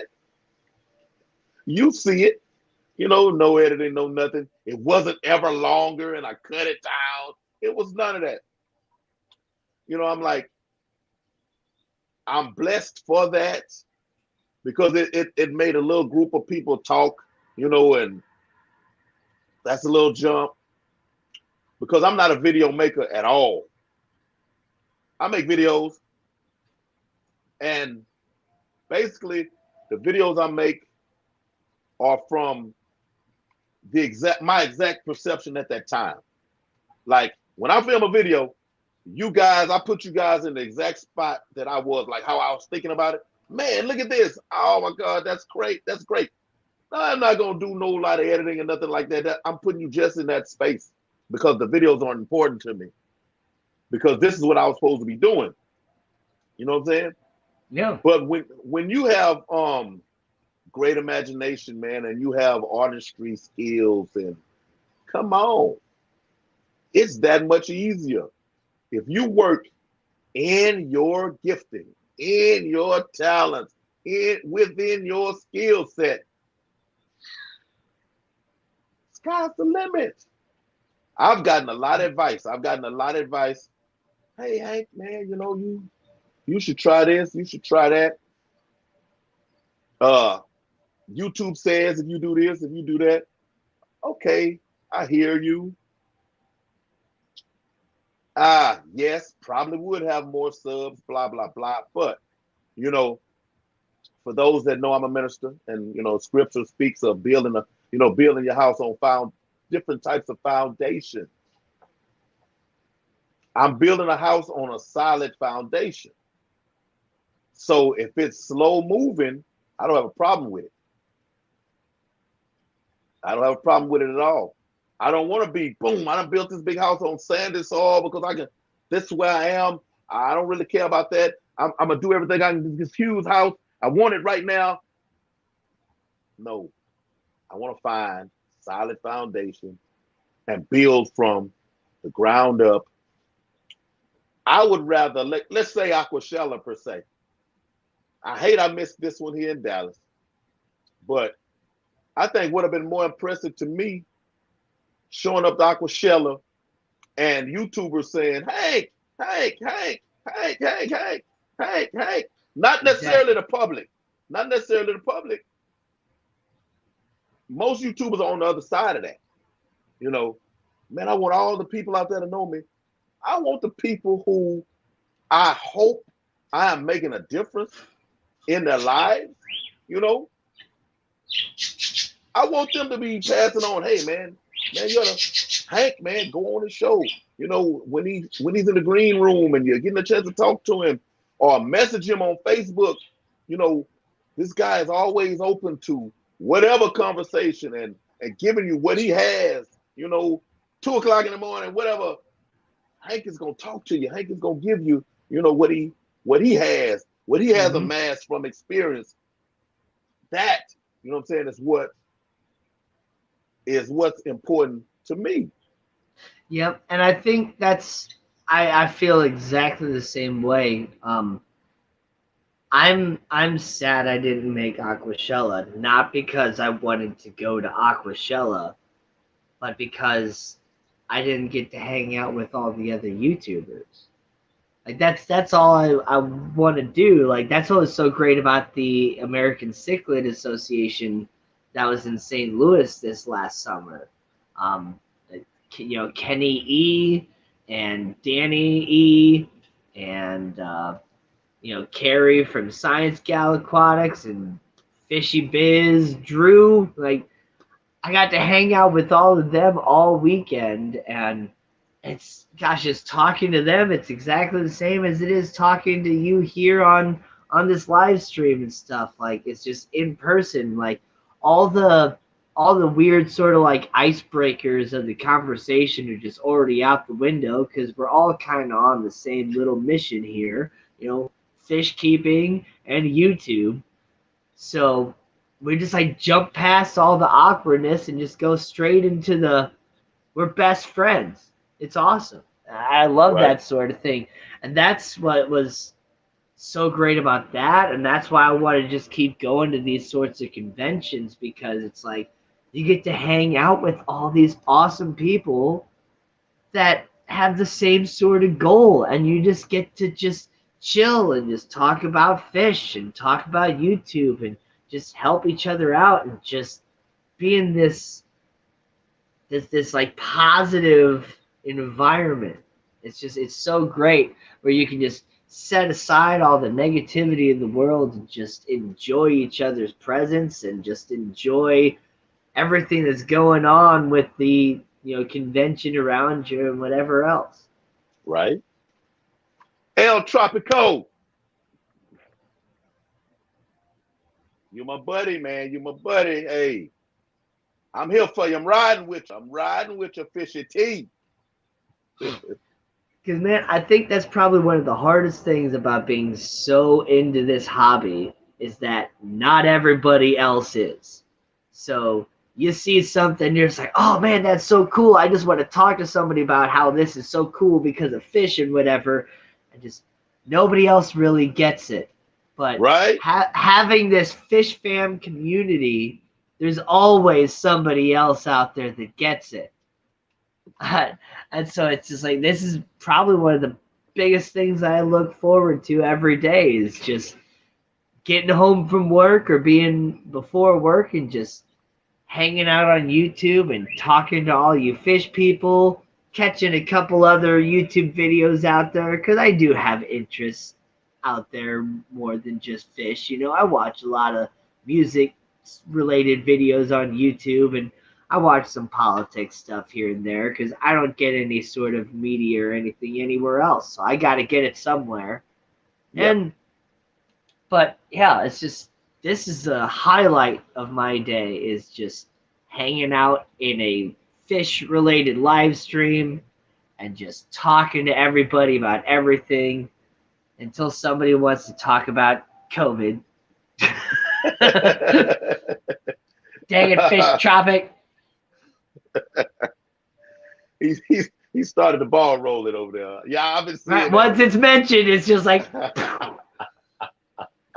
I totally forgot it existed until you mentioned it in chat, man. Oh my goodness. Yeah, man. Look, hey, and I all my life, put it this way, I have people like Facebook people that I've been knowing like pretty much my whole life. Like, man, I didn't know, man, you were into fish like that, whatever. Like, how you didn't know?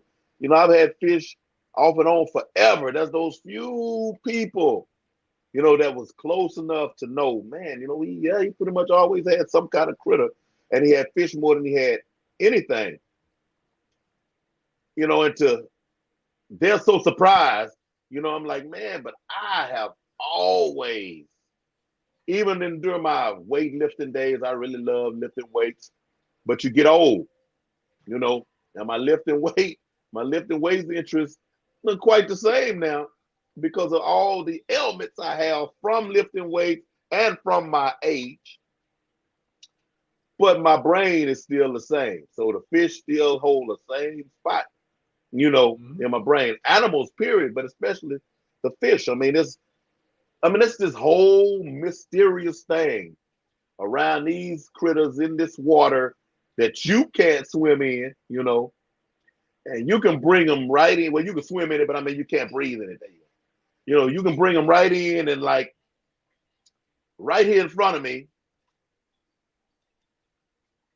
while I'm streaming. I'm listening, but my eyes are like, you know, I looking at think these fish.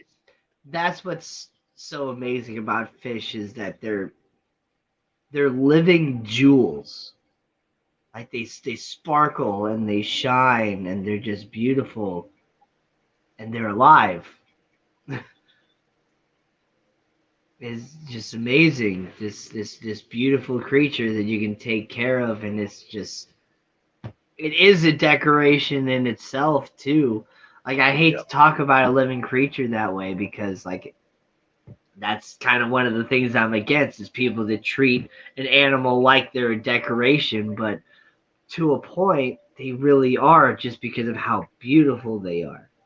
And I used to think that you had to have a fish that had all these amazing colors and stuff for it to be beautiful, but after having these gambusia for so long, like to an untrained eye, they're just going to be a boring silver fish. But when you really get in there and you look at them, you see these little sheens of blue that come out, and as they move around, that blue changes to kind of an orange gold color, and they have these little specklings on their fins, and sometimes you can kind of see a little yellowish hue on their fins too. And but if you just look at them, it's just a gray fish. No, no, they're beautiful. Fish Right? are just a beautiful thing. Motor City Aquatics, GRB. I saw you come in early, bro. Hey, no disrespect. I meant to holler at you. Welcome in, welcome in. Yeah, look, the one fish I had the longest in here, I have a least killifish tank down there, 2.5 gallon. I've had that little colony of least killifish for, man, a year and a half, you know. And speaking of to the common eye, muted little fish with the little black stripe, but I mean, just sitting and watching them, you know, do their least killifish thing, Right. man, it's crazy. Darting among the plants and stuff like that. Yeah. This is really Living cool. whole I lives oh in that little box down there. oh man, like when I first threw these neon rosy barbs into my tank, like they were dancing in the rotala, like swimming all in it, and just I could just tell by looking at them that they were just so happy to have all the live plants in there that they could just swim through. It was awesome. Like, man, you could just tell that fish really enjoy having live plants in their tanks. Like, there's a big difference between how fish interact in a more natural tank than in a more artificial tank. Was a whole nother set of stimuli for them. Yep, Yeah. yep. And I've been experimenting with some plants with my younger African cichlids. I have now put some rotala into their tank, and I don't think they've eaten it yet. So I'm just gonna kind of keep adding new random little species of plants into that tank until it's like fully planted. So you don't think they've eaten it yet. Yeah. Well, I mean, I haven't actually like really looked hardcore at it in like a couple days. I've been busy and I've been looking at some of my other tanks and just feeding some of these tanks, making sure everybody's good in there, but not like really sitting and enjoying and observing my tanks the last few days. Been a whole lot with work, man, and then coming home and having to do water changes and stuff like that too. Like it's just been a lot. Fish Tropic say, do you have an Instagram? Oh, definitely not. Yeah, we know about that. I'm like, hey, is this you on? No, that's not me. Oh man. I did have an Instagram, but I deleted that probably about a year ago now. I deleted Facebook about a year and a half ago, and if not 2 years ago now. Honestly, I don't really quite remember exactly when I deleted it, but I just got tired of all the negativity involved with it. And this was, before I got super involved with the fish fam and everything. And I think it was kind of right around when the pandemic first like hit hardcore that I was just like, I am tired of all this, because there was lots of stuff going on and fights and different things, and I lost friends and different stuff like that. And pretty much like everything I was posting, I was getting like maybe one like on anyway. And so it's just like, whatever. If Facebook's not going to allow anybody to see my post, then I'm just going to delete myself off Facebook. What's it matter anyway? Everybody that needs to know me has my phone number.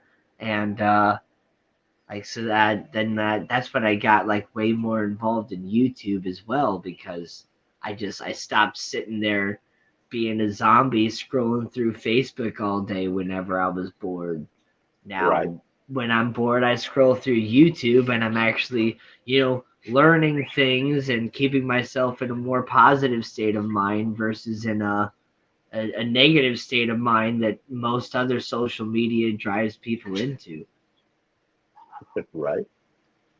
For real. One thing I realized about Facebook, I guess, cause me being a minister, I always, and not necessarily speaking on whether it being from a religious standpoint, but I'm a teacher in a sense also just within that.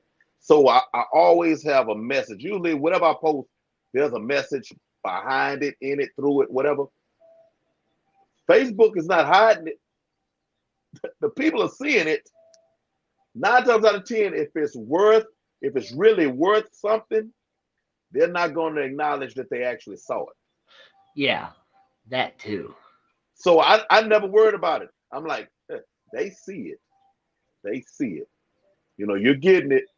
I know hey, I know you're getting it. I'm not even tripping. They see Well, it.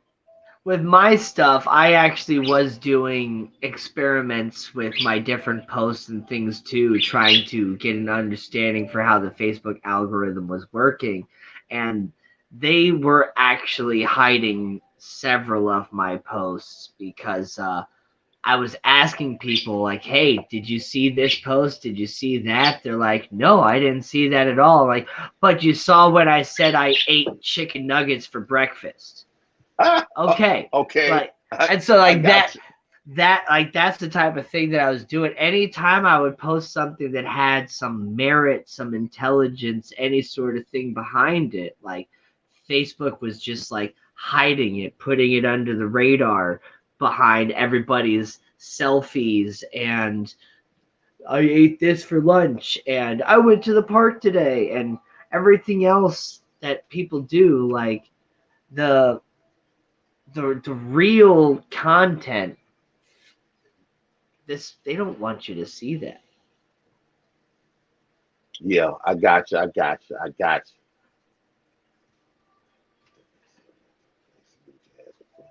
you. I have an Alexa in this house. Alexa, Alexa, play smooth jazz. Alexa, play smooth jazz. Hey, I was thinking about doing voiceovers too. Be Oh voice yeah. talent. Yeah, I could do some impersonations, but I grew up always kind of making weird noises and stuff, and I kind of got made fun of a little bit for that. But now that I'm older, like I've lived my whole life making so many different weird noises that some of these things that these beatboxers do, like I'd been doing it for so long, I just never formed it into a beat before. Right? Yeah, I used to remember the old answer machine, phone answer machine days. Oh man, Oh yeah, I had all kinds of messages that I would do myself. It would be radio DJ, yeah. rodeo announcer because I used to ride bulls and stuff. So I'd have something like You've reached Garrick Alexander's house. Right now, he's either out somewhere drinking a cold Bud Light or dancing the night away in a nice nightclub, country nightclub. I mean, it was this Oh all my. kinds of stuff, dude. You did not sound like the same person at all. Like you, right now, you listen to smooth jazz on K103 FM. We're gonna take you on a smooth trip. Right now, down the road, we're gonna play some Ella Fitzgerald, and I mean, just Oh yeah. all kinds Oh of yeah. stuff I would do. Yeah, the radio voices were fun. Oh, I'm not very good at the water drop sound. I can't do that one. Oh I was yeah, better at not necessarily those type of sound effects sort of things, but like I don't know, but the voiceover sort of thing was definitely sort of fun, and I've had fun with those voice callers or those robot callers that always are calling you about some credit card thing, or the scammers just trying to get your information. So there was a good period of time that I was getting a lot of these scam calls, and I was just getting tired of it. So I just started answering them and be like, "Hello, you have been selected to receive a lower interest rate on your credit card. Please stay on the line to hear further options." And they would always hang up.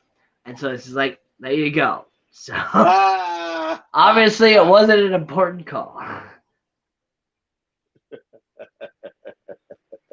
for real, for real. But see, they can't fool you now because it's all accents. So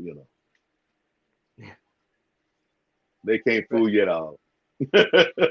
We're sorry. The number you have dialed is no longer in service. Please hang up and try again. Would you like to try mutual insurance? Liberty Mutual.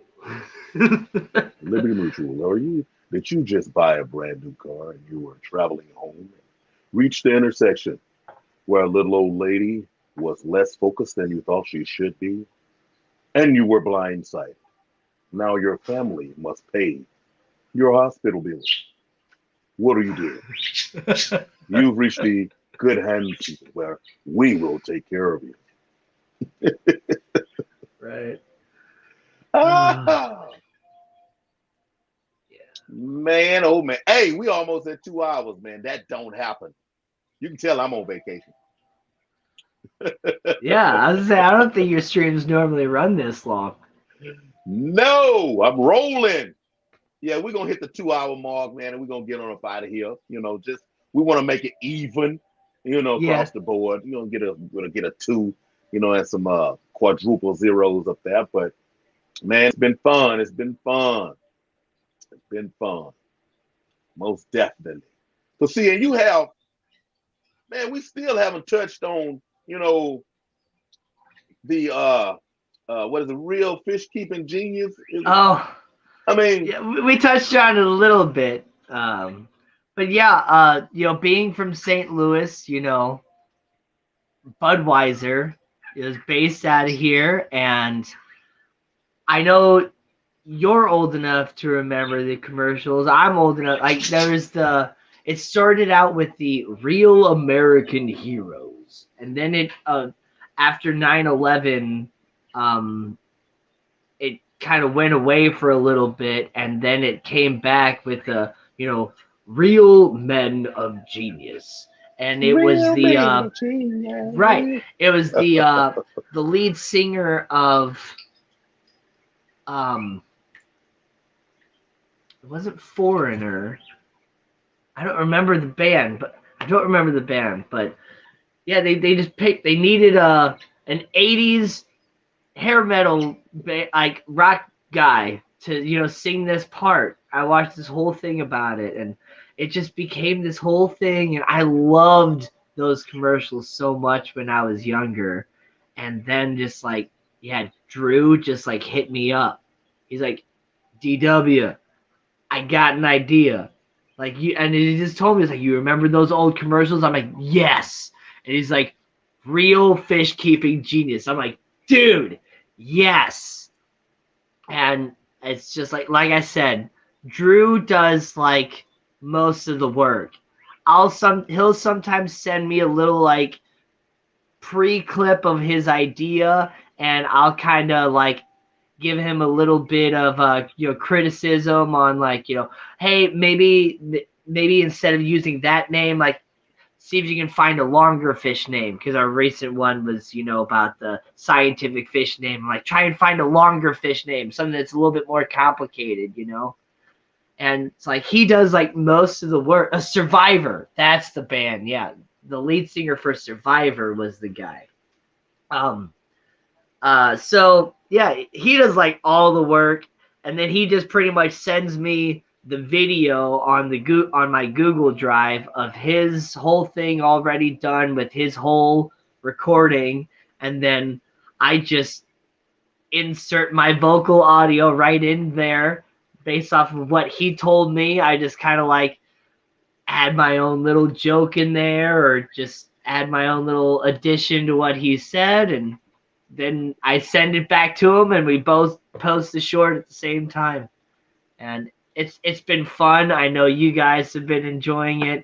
I've been having so much fun making them, getting such a laugh out of it, and then it's just kind of fun making fun of each other and even myself, because I'm one of those people too that I love to use the scientific name of fish when I can. Like I mentioned my African cichlids, but if anybody asked what type of African cichlids I have, I would have listed them all off by their scientific names. So it's fun, and we got more to come.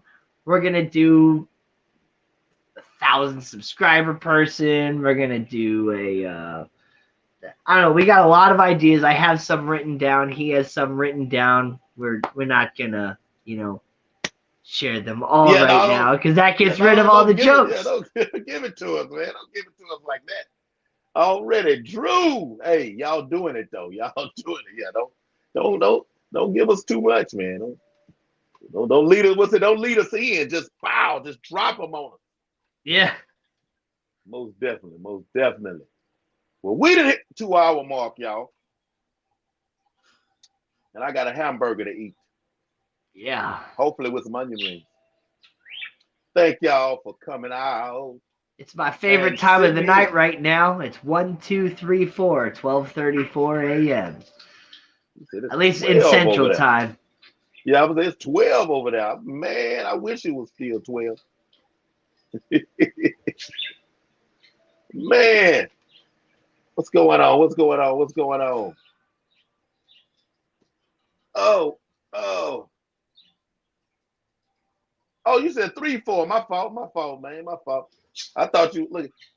I zoned out once you got past 12 and had the extra on it. Oh, Chris Robinson, were you not here earlier? My parakeet was all flying out and about like an hour ago at least. His cage is still open. He could fly over to me if he wanted, but he's chilling right now. So Oh, that's where he comes from. I was like, is he just in there just chilling somewhere? But his yeah, cage is actually open. yeah. Yeah, Okay, he's got. okay. I got him a cage that has a nice big like front open door, so I can just open it up, and then he has free roam of the house pretty much. But he's secure in his cage. Ready. Oh, that's cool, little old bird. I remember the days. I remember the days. Oh yeah.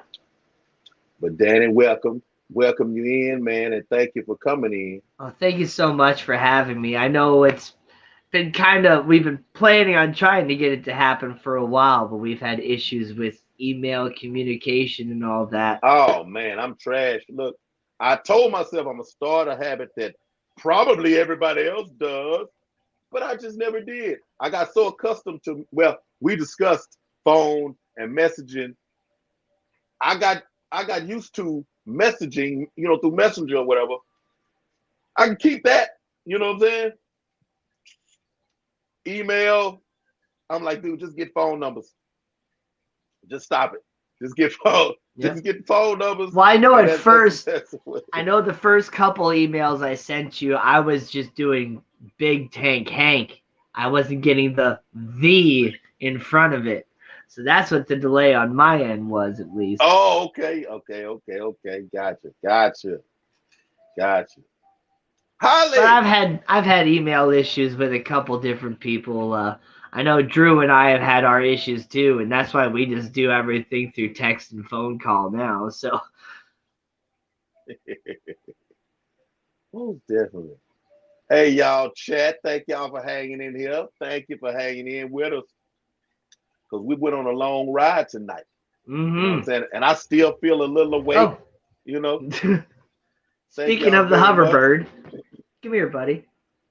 And I'm gonna have to remember to get the name of this movie off this chat on here, so I can look that up tonight. Oh, yeah, Byzantium. If you guys haven't seen it, check it out. It's a kind of new age vampire movie. It came out in 2012, I believe, from an Irish film production. It's an international movie. Really, really good. Kind of a new little twist on vampires that I thought was actually pretty decent. And I don't really like a lot of newer movies, so it was good. All right, y'all. We finna get up out of here. You know what I say. Love somebody. Tell them you love them. Don't let them feel that they're alone. Take care of those fish. And we out. Peace.